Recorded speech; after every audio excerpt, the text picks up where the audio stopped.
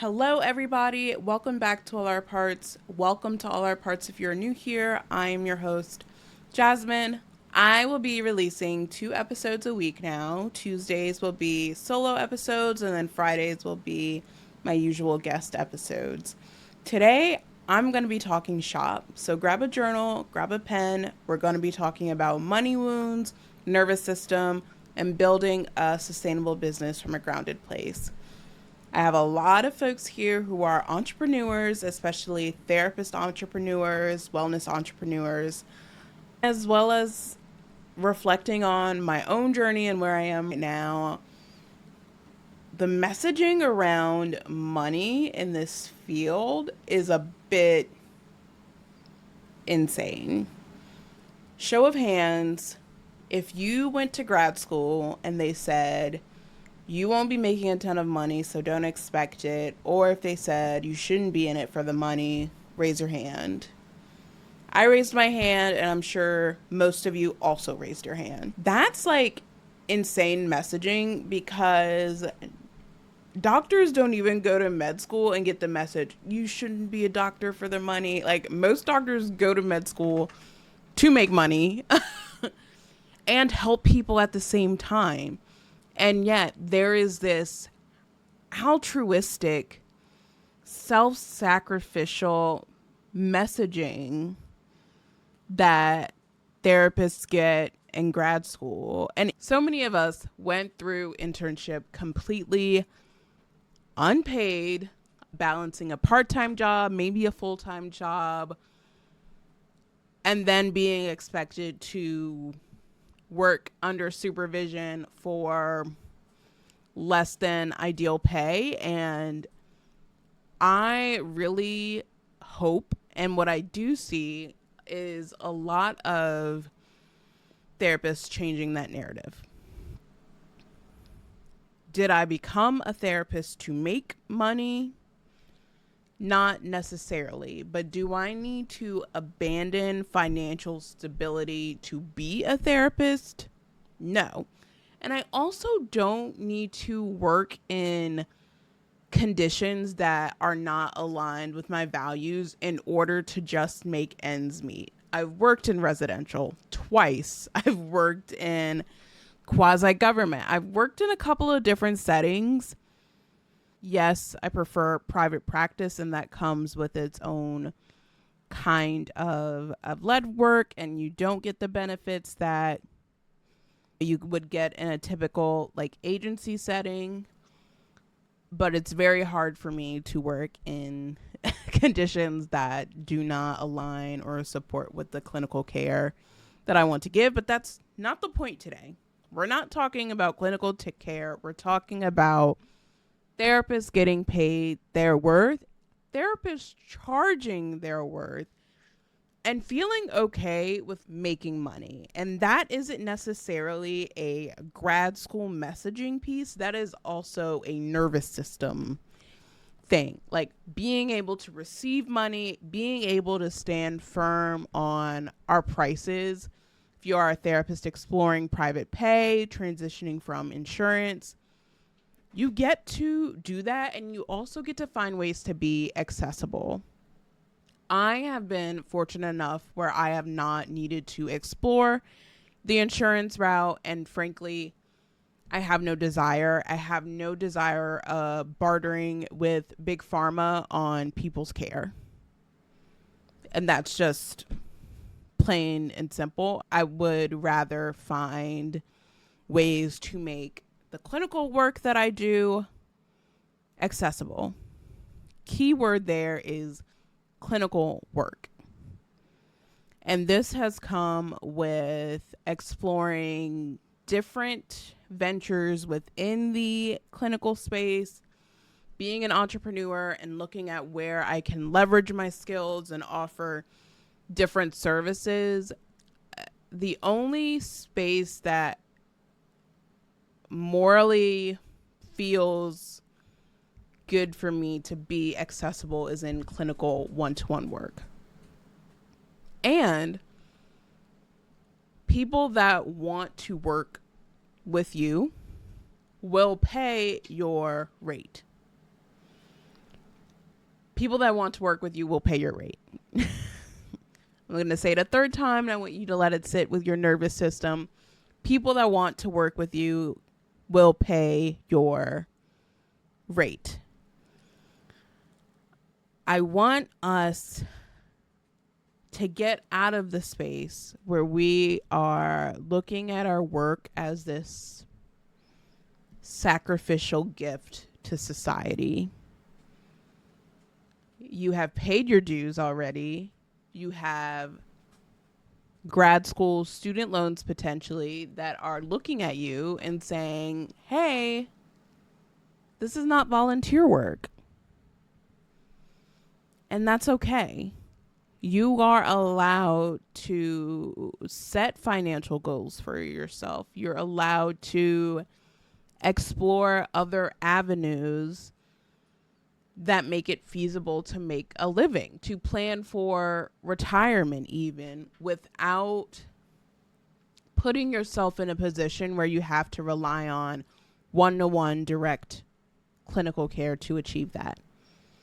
Because we also work in a field where our job is to work people out of one-to-one services. People move, people terminate their own care, people graduate therapy, they need to reduce their cadence in therapy. Like, all of those things happen, and so relying on that to be a sustainable income is one-stop shop to burnout. I believe that we can make therapeutic services, clinical services accessible, but we have to put our own oxygen mask on first. Like, we cannot support society if we are not taking care of our own needs. And I'm thinking of this from like a Maslow's hierarchy, basic bottom level needs. When we think about food, shelter, clothing, safety, reliable transportation. If you don't live in a city that has reliable public transportation, being able to pay your bills, being able to breathe and have some savings set aside for emergencies. If we do not take into account those things first, we are never going to be able to fully give in the clinical therapy one-to-one space, because we're going to grow resentful of the work.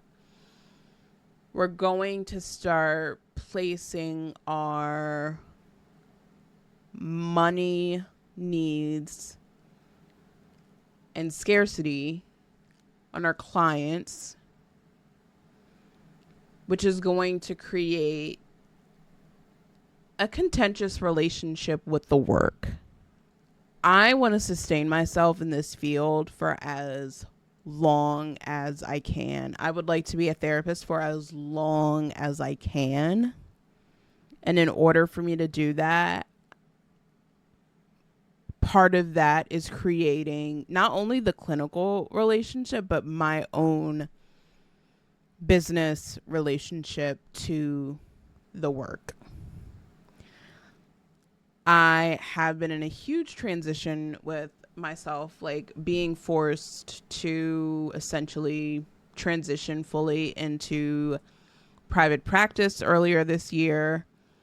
And a lot of my external practices outside of therapy are growing and evolving, and I've had to do some real self-reflection. I've had to do some real reflection on what this means for me, what this means for my future. And I have really struggled with it's not imposter syndrome, but tying my worth to the productivity and how much I'm doing in this space. I would sob in supervision, like, oh my gosh, I used to be able to maintain like 18 people on my caseload, and now 10 feels good to me. And in this field, that feels like a failure, because we are conditioned to believe that we need to see 25 to 30 clients to make a living. And if clinical work is your primary source of income, that is typically true. But I get to want more than that. And my worth gets to be tied to something more than my work or what I'm producing.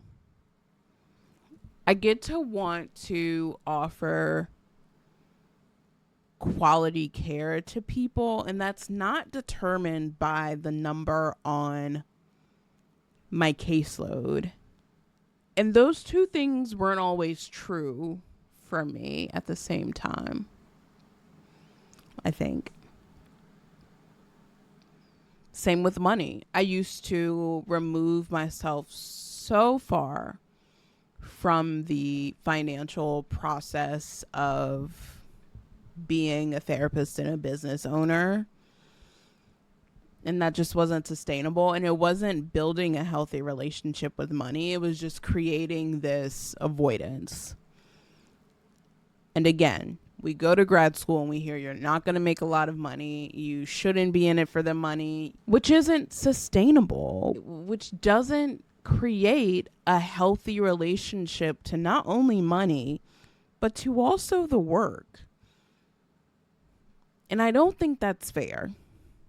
I really want us to stop that narrative that we are not here to make a living. I think there's a better way to phrase that. I also think that we should be supporting students in creating multiple streams of income, or being honest about why a lot of our professors have multiple streams of income. I don't know a single one of my professors who strictly does clinical work. Just be honest, like, it's not sustainable to do one-to-one work, and we can build a healthy, nuanced relationship to being a therapist if we're honest about the investment, the emotional investment that comes with being a therapist, and how we can preserve ourselves in the long run. We see so many people who burn the midnight oil, who see 25, 30 clients, and then in the next 5 or 6 years, they are looking to transition out of clinical work because it has burned them out. I do not want that to be me. I don't want to be fully licensed and be like, shit, I'm tired. I'm done. This was fun. I'm going to go do something else. I would like to explore what this field has to offer, and I would want to be able to do it from an energized, interested, engaged place, not fucking resenting the work altogether. And in order to do that, we have to make sure we're building healthy relationships with the work. We cannot tie our worth to how many people we're seeing in a day. We can't tie our worth to being the most accessible, laying our lives down. I don't even have the words for it. We cannot pride ourselves on being the most accessible, cost-free therapist in the room. And I get it. The world is on fire and people deserve care. And people get frustrated that therapists charge what they charge who don't accept insurance. But we need to turn that anger to the people that have created this system. Don't turn it to the therapist who is trying to live in the same system that you are. Turn it to the insurance companies that don't get people their reimbursements on time, who don't pay their full reimbursement fee. Turn it to big pharma, who is going to venture capitalists and tech companies to outsource mental health care so that they don't have to pay therapists their living wage. Turn the anger over to your elected officials who continue to cut public mental health care, who continue to cut funding to these places where you are seeing higher turnover, where you're seeing higher staff burnout, where they're seeing 30, 40 plus clients a week and are getting paid to see maybe a fraction of that. Turn your anger to the people who believe that mental health care isn't as important as it is. Therapists are trying to survive in the same system that you all are in, and I understand that we can be scapegoats in that sense, where because we are a person, we are a name that you can put to the system, you project that out onto us, and I get it. I have also been in a position where I could not afford my therapist, and rather than getting mad at my therapist, I sit down and recognize that we are in a system that does not want people to heal, that does not want people to move forward or do better.